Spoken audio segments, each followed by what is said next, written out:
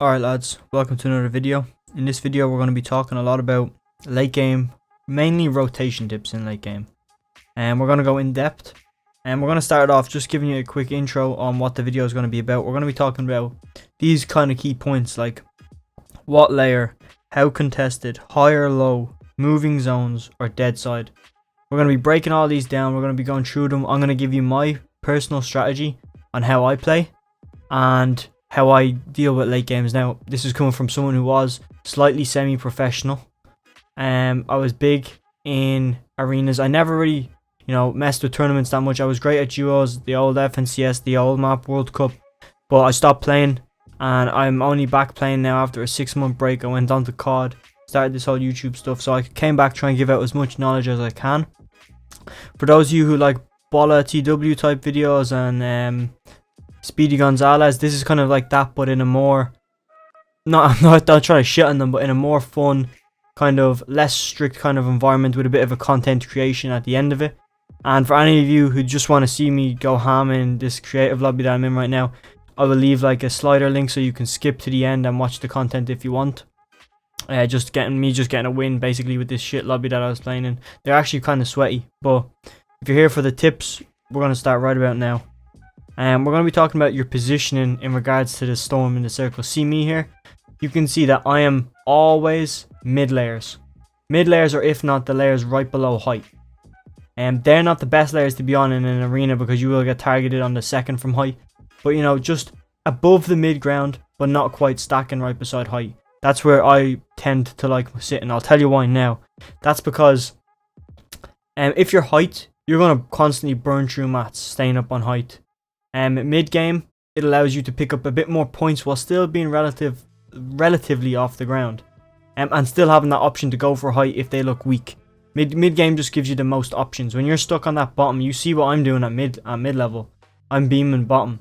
The guy on top is either not going to shoot anything because he wants to just chill and he wants no one to see him, or he's gonna just try and terrorize low ground. He won't really mess with second from height unless he's extremely good and knowledgeable, knowing that the guy second from height is the biggest threat to him because he's the one who's going to have the mats to go up.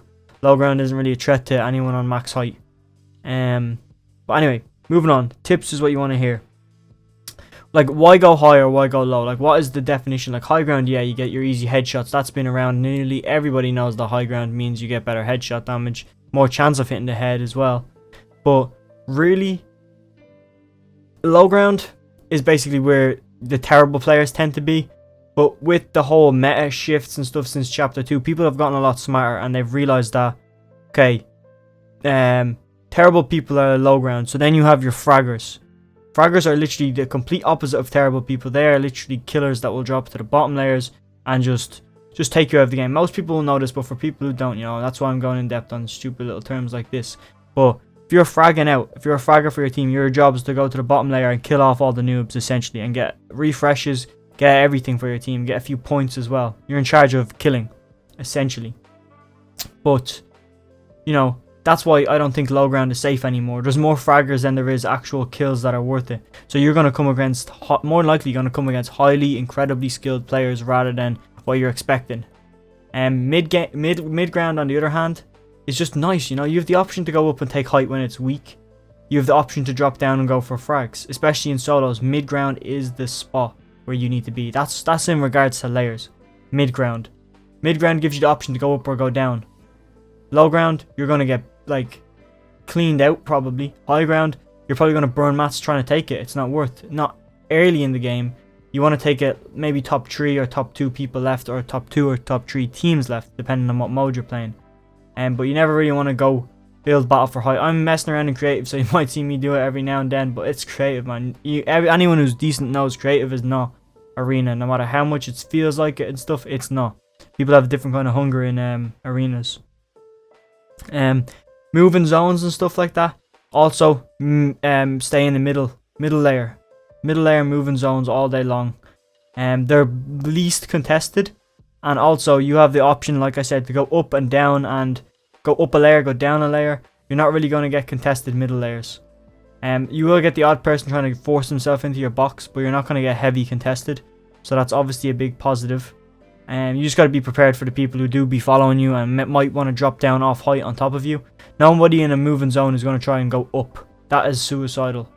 They will probably just stay on the bottom layer. They won't try and go up. But people above will try and get down, especially if they can tarp ahead of the zone and shoot back at you or people below you. So that's my thoughts on that. My strategy though, like all in all, is literally when half and half comes, I will be just in my box. I'll be boxed up maybe 3 or 4 high off the ground, and I will be just looking for little picks, little dinks, anyone gliding from not half and half into half and half. I try and dink, and usually I will just ground rotate if into half and half if I can, because nobody is looking at me that low key. You know, you'll get beamed if it's a straight tunnel, but you don't want to make it a straight tunnel. You want to make it a bit more of a diagonal tunnel into half and half, because if not, you're gonna get beamed, guaranteed. So, anyway, after the half and half, when the zone starts shrinking and moving, I get up into my middle layers.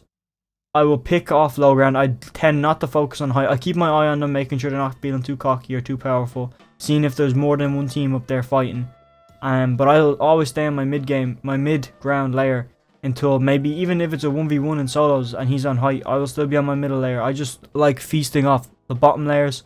Also, if I have a harpoon, it gives me the option to pull that stuff up. Usually that's not my playstyle in solo though. But again, just giving yourself as much options as possible. I said this before in another video. The more positives or advantages you have, for every one advantage you have, you're giving him a disadvantage. Like I said before, like if you have more health, that means he has less health. So therefore you have one advantage, he has one disadvantage. If you have a gold pump and he's a purple pump, you have a better shotgun. That means he has a worse shotgun. It's literally just common sense things like that will all stack up. The more advantages you have, the more options you have, the more advantages you have. It's a pretty tedious thing, and it's hard to explain. You just gotta have the right mindset and the right vision and understand what I'm saying. That medium layers are the best. I'm not saying it off nothing, you know. I've played my fair share of tournaments. I've done my VOD reviews. I'm telling you, out of all my experience, mid game was the best for me, and it's what I like. It's what I like doing. You'll like try it out. Might not work for you and your squad. You might be a more aggressive squad or more split squad, but if you can keep your whole squad, maybe even 3 wide if you have the mats, 3 wide, taking a 3 wide tunnel, that's pretty risky on mat materials. But if you can pick like savages on the middle layer, you are in for the W. Especially if you can grief height, you won't get pulled down.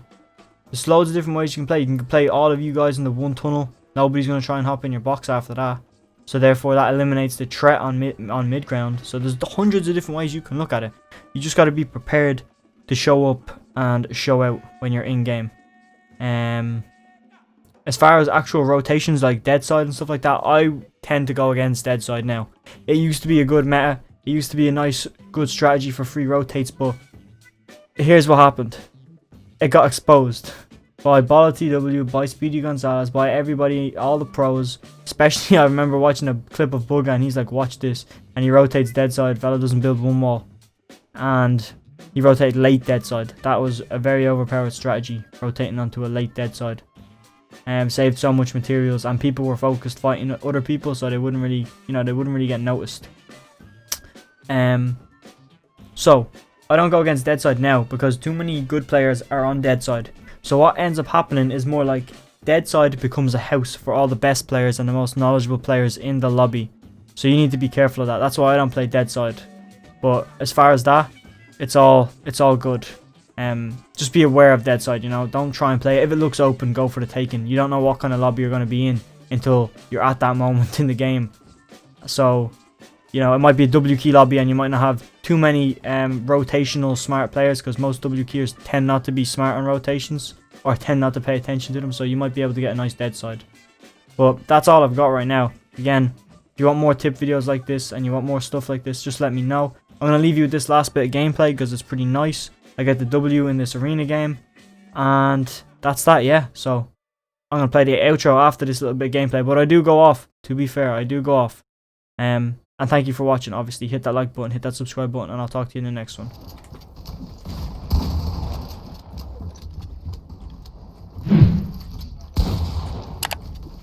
Awesome, Jake. I did not mean that. Don't edit that. I'm so high. This guy took me. Get the second. Wait, did I kill you, Sean? Yeah, Sorry. that's grand.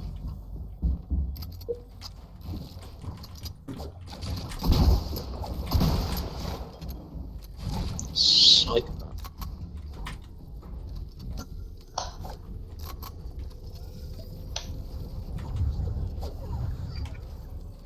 You can come down anytime. It's got that.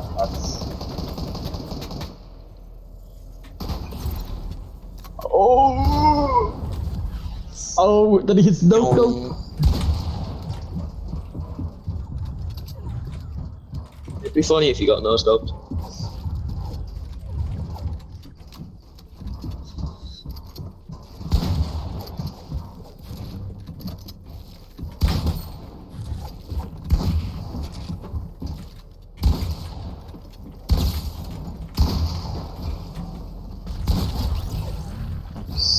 Nice.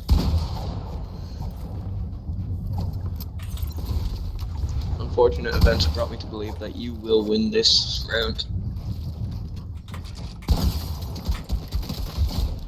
Nice. Easy victory. I'm fourth.